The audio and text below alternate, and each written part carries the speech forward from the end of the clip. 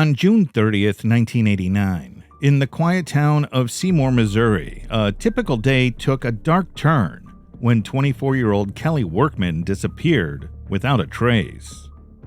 She had been mowing the cemetery of a local church, but only half the job was finished when she vanished.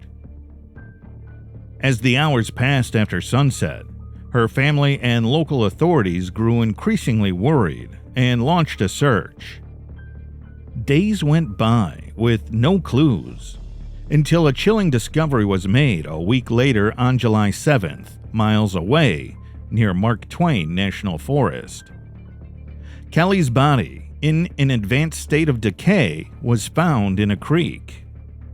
The community was shocked and horrified. What happened to Kelly Workman? And who could have committed such a heinous act? On the afternoon of June 30th, 1989, around 3:30 p.m., Kelly Workman headed to Pleasant Ridge Baptist Church Cemetery to mow the lawn, a routine task she often did after finishing her shift at a local store in Dogwood. However, by 5 p.m., rain started falling, so she went home, changed her blouse, and took care of her cattle. After the rain stopped, Kelly returned to the cemetery to finish her work. Her uncle saw her around 6:30 p.m. near the intersection of Missouri Highway 14 and Highway Z, which was only a mile and a half from her home.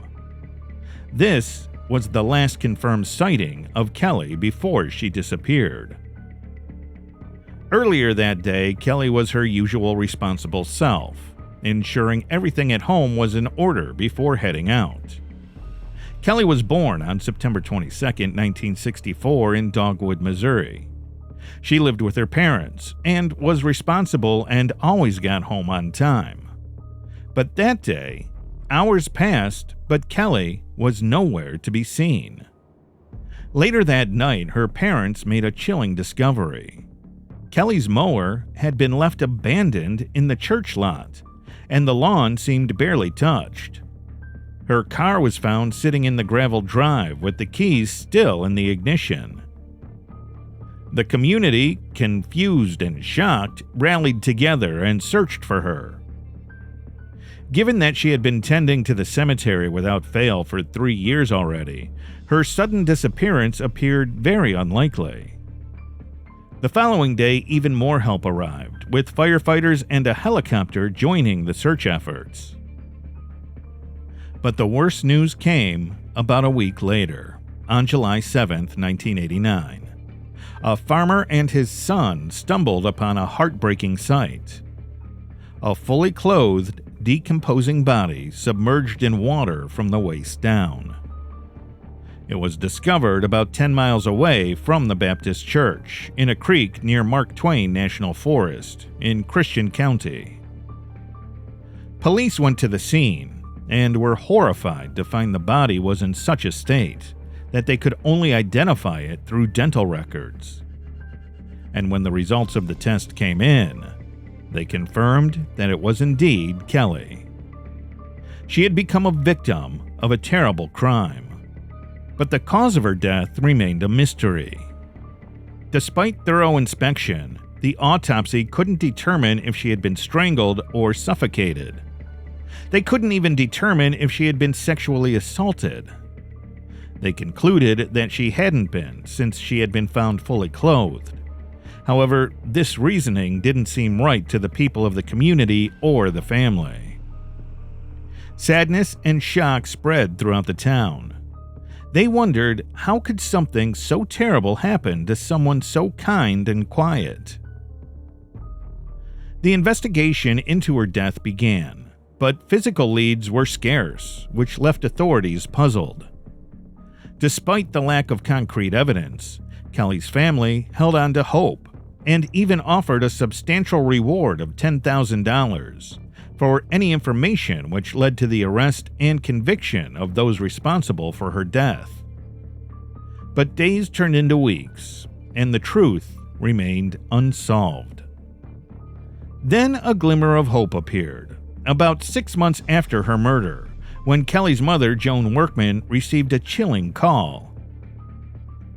an anonymous caller informed their home on the 30th of December and dropped a hint about seeing someone at the Workman house on the day of the incident. Joan couldn't shake the feeling that Kelly might have known her abductor and killer, considering her cautious nature around strangers, especially men. In August of 1990, the police saw a breakthrough. They found their first suspect, Leonard Dwight Banks from Seymour. When did you first know that Kellyanne Workman had disappeared? 11 o'clock that night. And what happened then? State trooper and sheriff over there pulled me over and asked me what I had done with her. That was the first question? Yes. Police requested that Banks undergo a polygraph test regarding Kelly's murder, which he agreed to take. The examiner posed 3 crucial questions, and Banks denied any involvement. The results appeared to clear his name, and this sent investigators back to square one, grappling with the reality that Kelly's killer still roamed free. As the years passed after Kellyanne Workman's tragic disappearance and death, her family remained haunted by unanswered questions. Pam Workman, Kelly's sister, couldn't shake the feeling that Kelly may have stumbled upon something dangerous, perhaps drugs or illicit money, during her time at the cemetery where she worked. Or maybe she had overheard something at the Dogwood store that she wasn't supposed to know. Kelly had worked there for a couple of weekends before her abduction, which added to the mystery surrounding her demise. Then, in July of 1996, the spotlight turned to 2 brothers from Seymour, in their 30s, Bobby Banks and Dwight Banks, who were previously cleared as suspects in 1990. Bobby had reportedly failed his polygraph test back in 1990, yet no charges against him. Dwight was an alcoholic, smoked marijuana, and was also famous for multiple petty crimes in the area. That's why the police questioned them directly about what they did with Kellyanne. Dwight admitted to seeing Kelly just hours before her abduction at the Dogwood store where she worked. However, he actively denied any involvement in her murder and claimed that he and Bobby were at home at the time of Kelly's disappearance. For me to be cleared and for Kellyanne's murderers to be tested and convicted of this. Reports from 1990 surfaced suggesting that Dwight may have taken drugs before passing a polygraph examination. Despite their protests of innocence, suspicion swirled around the Banks brothers. This left investigators confused with yet another layer of mystery. On June 9, 1999, a significant development occurred in the investigation. The detectives received warrants to perform DNA testing on Dwight Banks and Wiley Belt, another suspect they had zeroed in on, in the hopes of connecting them to the case. Despite these warrants, the lab results were never made public, and neither Banks nor Belt faced arrest or charges. In August of 1999, Wiley Belt, in an interview with The Citizen, expressed his willingness to cooperate with DNA testing in connection with Kelly's murder. Wiley, just like Banks, admitted to seeing her on the day she was abducted at the Dogwood store, shedding light on his potential involvement in the case. But these DNA tests came out clear and left the police with nothing but another dead end. On June 16, 1999, Dwight Banks consented to a 15-question interview with Fred Spriggs of the Webster County Citizen. During the interview, Banks made a statement expressing his frustration and desire for closure. He said, "It's time to leave me alone or convict me."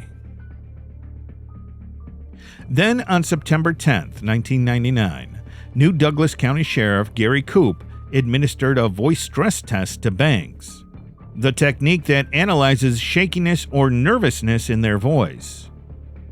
The idea is that lying makes people stressed, and that stress shows up in how they talk. They probed him about Kelly's disappearance and death.